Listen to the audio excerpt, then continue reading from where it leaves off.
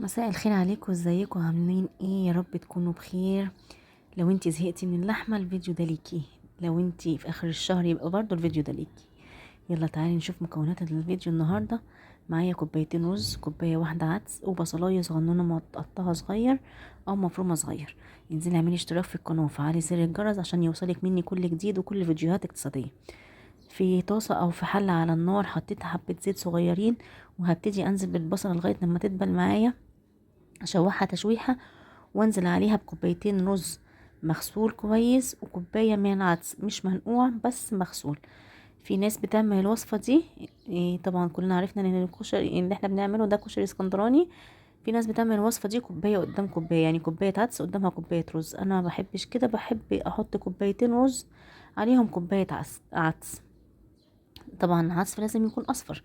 هديهم تشويحة كده مع البصلاية واسخن كويس الرز معاهم، وهنزل بحبة ملح بس كده، مش اكتر من كده. هقلب كويس جدا لغاية لما الرز بتاعي يفلفل كده ويسخن شوية، وانزل عليهم بالمية.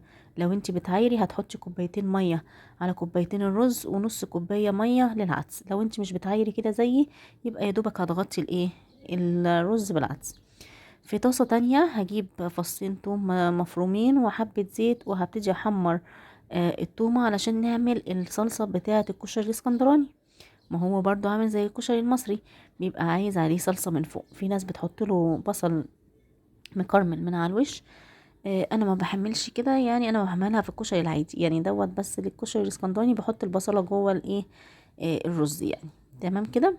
هشوح بقى التومة المفرومة اللي عندي، مش هخليها تحمر جامد، يا دوبك بس حاجه بسيطه علشان ما تحرقش مني والطعم ما تديش طعم مرار كده. فيا دوبك بس خلي بالي. لو حابه تستخدمي في الوصفه بتاعتنا دي سمنه بدل الزيت براحتك، بس انا حبيتها تكون اقتصاديه من كل النواحي، يعني تنفع نباتي صيامي، وتنفع كمان اخر الشهر، وتنفع لو ما عندكش سمنه. حطيت على التومه حبه خل كده صغيرين، وبعد كده نزلت بحبه الطماطم اللي عندي، حطيت حبه ملح، وكمان هحط حبة كمون، وهقلب واسيبها تتسبك شوية لغاية لما تبقى بالحلاوة دي. اهو الرز بتاعنا طلع مفلفل، عملت جنبه حبة قوطة مخللة، وغدوة حلوة وزي الفل، من غير لحمة ومن غير فراخ من غير سمك من غير لحوم كتير. زهقنا كتير من اللحوم والدنيا غالية. لو انت اخر الشهر الفيديو ده مناسب ليكي. لو عجبك الفيديو انزلي اعملي اشتراك في القناة وفعلي زر الجرس علشان يوصلك كل الفيديوهات الاقتصادية اللي انا بعملها. يلا اشوفك في فيديو جديد، بس قبل ما تطلعي بصي قد ايه الرز بتاعي مفلفل ومش معجن، طعمه جميل وحلو جدا. وده يعني عشان كده المعيار واحدة واحدة كده بتبقى اللون حلو جدا يعني.